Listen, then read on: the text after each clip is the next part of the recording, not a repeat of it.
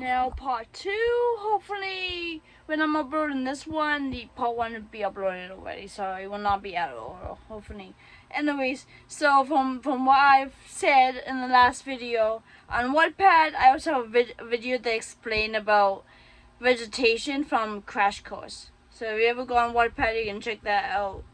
Anyway, so back to my thoughts on what I just left with, because I didn't want to have my video go too long, past 10 minutes.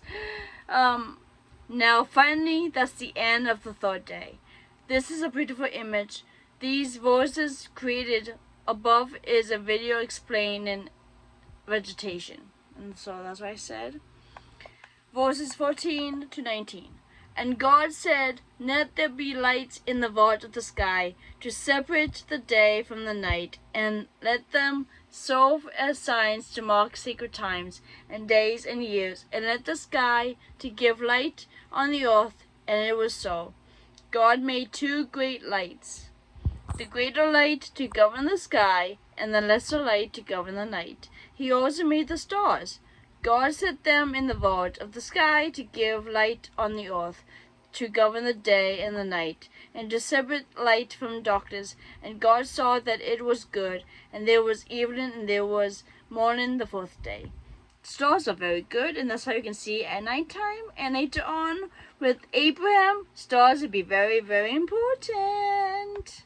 All his descendants, right? Anyways, my thoughts. So he finally decided to officially create day and night on the fourth day. That doesn't make sense to me, because I feel like that should be the first thing you create. And of course, the stars. How could he create anything else? He created before this if there is no light. You know, it's like some stuff they don't want you to think about. They just feed you this information and expect you to just swallow it and just be like robots. Just go about your day, you know what I'm saying? Anyways, verses 20 to 23. And God said, let the water teem with living creatures, and let the birds fly above the earth across the vault of the sky. So God created the great creatures of the sea and every living thing which the water teems and that moves about in it, according to their kinds, and every winged bird according to its kind. And God saw that it was good. God blessed them and said, be fruitful and increase in number, and fill the water in the seas, and then let the birds increase on the earth.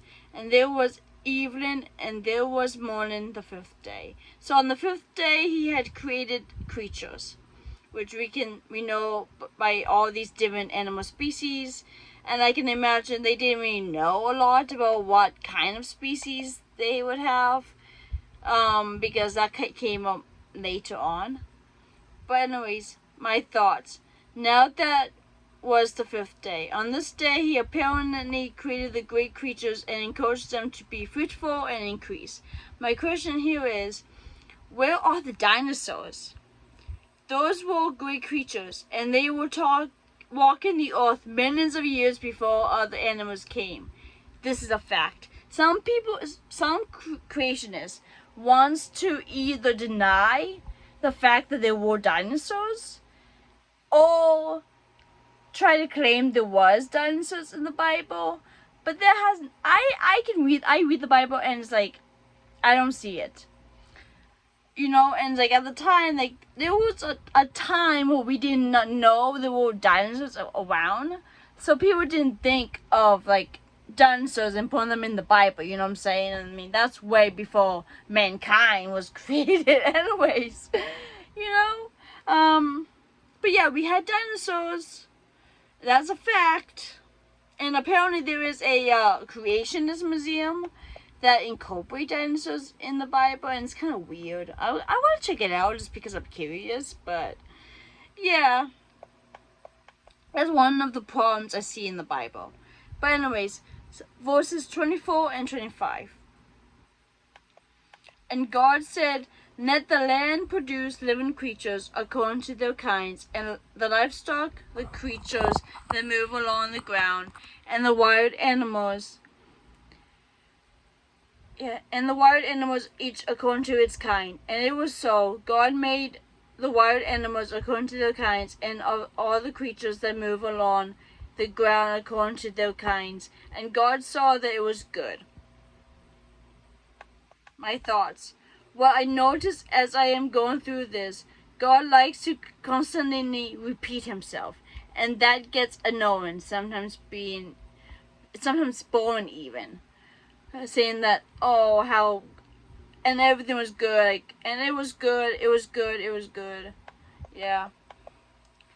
Verses 26, 27, and 28. Then God said, let us make mankind in our image, in our likeness, so that they may rule over the fish in the sea, and the birds in the sky, over the livestock and all the wild animals, and over all the creatures that move along the ground. So God created the mankind in his own image. In the image of God he created them. Male and female he created them. God blessed them and said to them, be fruitful and increase in number, fill the earth and subdue. Rule over the fish in the sea and the birds in the sky, and over every living creature that moves on the ground. So that's a lot to take in. That is really a lot to understand and like deconstruct there. But that verse, when they talk about let us make mankind in our image, in our likeness, that part of it is what my church, or my grandparents' church, used last week when they were talking about like how God created us in his image, and talking about like male and female, to justify that God created you the way you are and you shouldn't change it, and being trans is not okay and you're messing with his design. That's bullshit. That really bothers me, because like the way I look at it, if God really created you in his image, he wants everybody to be different. So and we were born with a brain, and our brain is what tell us who we are, how we identify as. So when there is a female been born, she might have a female brain. Or if there's a baby who's male, he might have a male brain. But there have been some cases that a female was born with a male brain and vice versa. These things happen. And it doesn't mean that it's wrong, it doesn't mean it's sinful, it doesn't mean it's going against God. That's how they were created as. That's why I look at it. And I wish people would be more understanding and accepting and educate themselves on these matters. My thoughts. At this point now, God decided to make mankind, which is great, and he should stop right there. But then he later talks about creating Adam.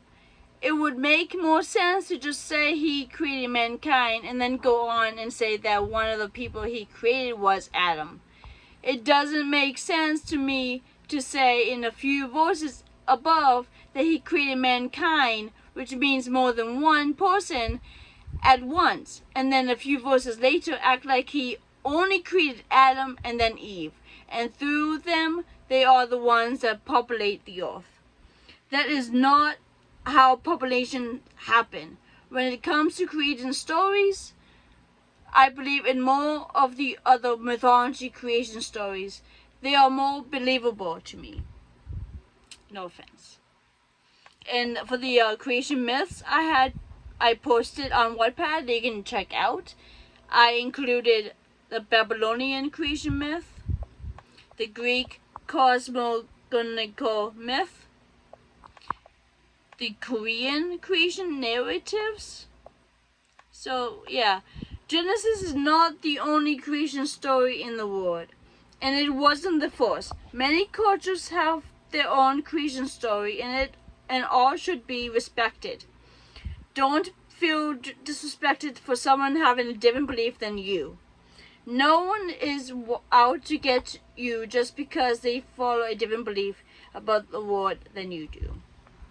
So I'm gonna end there and do the next part right after this, because like now I'm at the 10-minute mark. But yeah, I hope you understand my points. I hope these videos help you with your understanding on religion. So see you in my next video. Bye bye bye. Take care.